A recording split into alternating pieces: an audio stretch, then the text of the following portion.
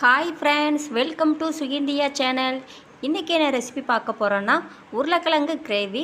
அது எப்படி சிம்பிளாக டேஸ்டியாக பண்ணலாம், வாங்க வீடியோக்கு போகலாம். தேவையான இன்க்ரீடியன்ட்ஸ் பார்த்துடலாம். 2 டேபிள் ஸ்பூன் ஆயில், 1/2 டீஸ்பூன் சோம்பு, 1 பட்டை, 2 ஏலக்காய், 1 டீஸ்பூன் கரம் மசாலா, 15 முந்திரி, 1/2 டீஸ்பூன் குழம்பு மிளகாய்த்தூள், 5 பல் பூண்டு, 1 துண்டு இஞ்சி,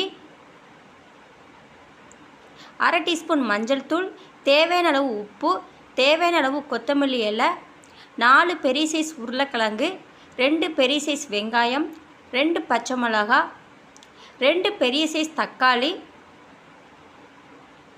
நெக்ஸ்ட்டு ஒரு கடாய் எடுத்துக்கோங்க. அதில் ஆயில் ஊற்றிக்கோங்க. இப்போ ஆயில் நல்லா ஹீட்டானதும் நம்ம இந்த உருளைக்கிழங்கை நம்ம ஃப்ரை பண்ணி தனியாக எடுத்து வச்சுக்கலாம். உருளைக்கிழங்கை கொஞ்சம் தடிமனாக கட் பண்ணி எடுத்து வச்சுக்கோங்க. இப்போ லைட்டாக பரட்டி விட்டுக்கோங்க. ஸ்டவ்வை மீடியம் ஃப்ளேம்லேயே வச்சுக்கோங்க.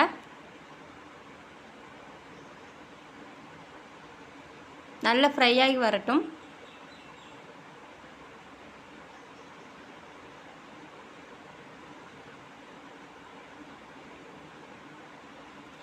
இந்த ஸ்டேஜில் நம்ம வேறு பிளேட்டுக்கு ட்ரான்ஸ்ஃபர் பண்ணி எடுத்துக்கலாம்.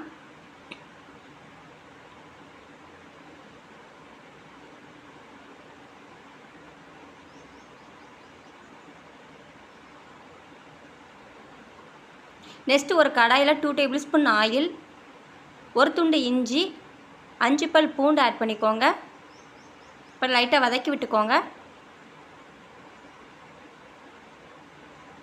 நல்லா பொரிஞ்சு வரட்டும். இந்த ஸ்டேஜில் கட் பண்ணி வச்சுருக்க ஒரு வெங்காயம் ஆட் பண்ணிக்கோங்க.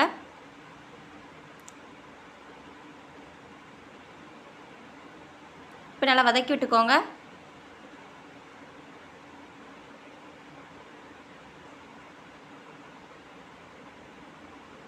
வெங்காயம் நல்லா வதங்கி வரட்டும்.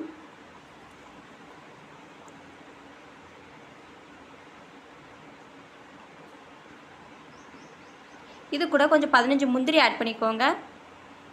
இப்போ நல்லா கலந்து விட்டுக்கோங்க.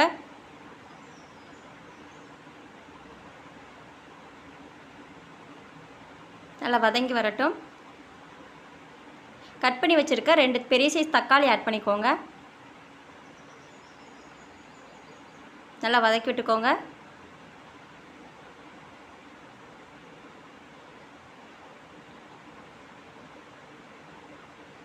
தக்காளி நல்லா மசிஞ்சு நல்லா வதங்கி வரட்டும்.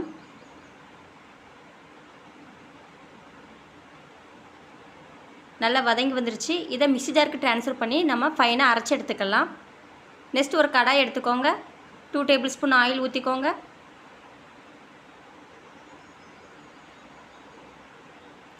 இது கூட பட்டை, ஏலக்காய், 1/2 டீஸ்பூன் சோம்பு ஆட் பண்ணிக்கோங்க. இது கூட ஒரு வெங்காயம் ஆட் பண்ணிக்கோங்க. 1/2 டீஸ்பூன் மஞ்சள் தூள் ஆட் பண்ணிக்கோங்க.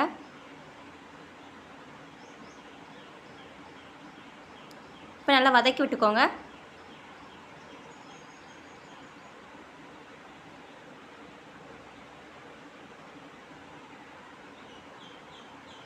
வெங்காயம் நல்லா வதங்கி வரட்டும். இது கூட நம்ம அரைச்ச மசாலாவை ஆட் பண்ணிக்கலாம். நல்லா கலந்து விட்டுக்கோங்க. 1 டீஸ்பூன் கரம் மசாலா, 1/2 டீஸ்பூன் குழம்பு மிளகாய்த்தூள். இப்போ நல்லா கலந்து விட்டுக்கோங்க. இந்த பச்சை வாசனை போகிற அளவுக்கு நல்லா வதக்கி விட்டுக்கோங்க. இது கூட அந்த மசாலாவோட தண்ணி ஆட் பண்ணிக்கலாம். 1/2 கப் அளவுக்கு இது கூட தண்ணி ஆட் பண்ணி நம்ம கொதிக்க வச்சு எடுத்துக்கலாம். இப்போ நல்லா கொதித்து வந்துருச்சு. இது கூட ஒரு 1/2 டீஸ்பூன் உப்பு ஆட் பண்ணிக்கோங்க. இப்போ ஃப்ரை பண்ணி எடுத்து வச்ச உருளைக்கிழங்கு ஆட் பண்ணிக்கலாம்.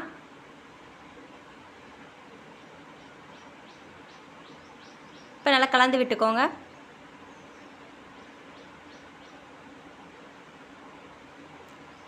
இந்த ஸ்டேஜில் நம்ம மூடி போட்டு வேக வச்சு எடுத்துக்கலாம்.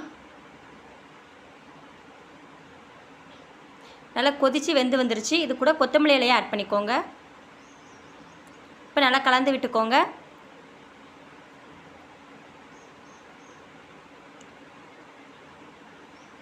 நல்லா கெட்டியான பதத்துக்கு வந்துருச்சு. இந்த ஸ்டேஜில் நம்ம ஸ்டவ் ஆஃப் பண்ணி வேறு பிளேட்டுக்கு நம்ம ட்ரான்ஸ்ஃபர் பண்ணி எடுத்துக்கலாம்.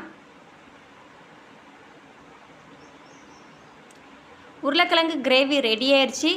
இதே மாதிரி நீங்களும் உங்கள் வீட்டில் ட்ரை பண்ணி பாருங்கள். சப்பாத்திக்கு டேஸ்டியாக இருக்கும். இந்த வீடியோ பிடிச்சிருந்தா லைக் பண்ணுங்கள், சப்ஸ்கிரைப் பண்ணுங்கள், பெல் ஐக்கானை ப்ரெஸ் பண்ணுங்கள். நெக்ஸ்ட் வீடியோ பார்க்கலாம்.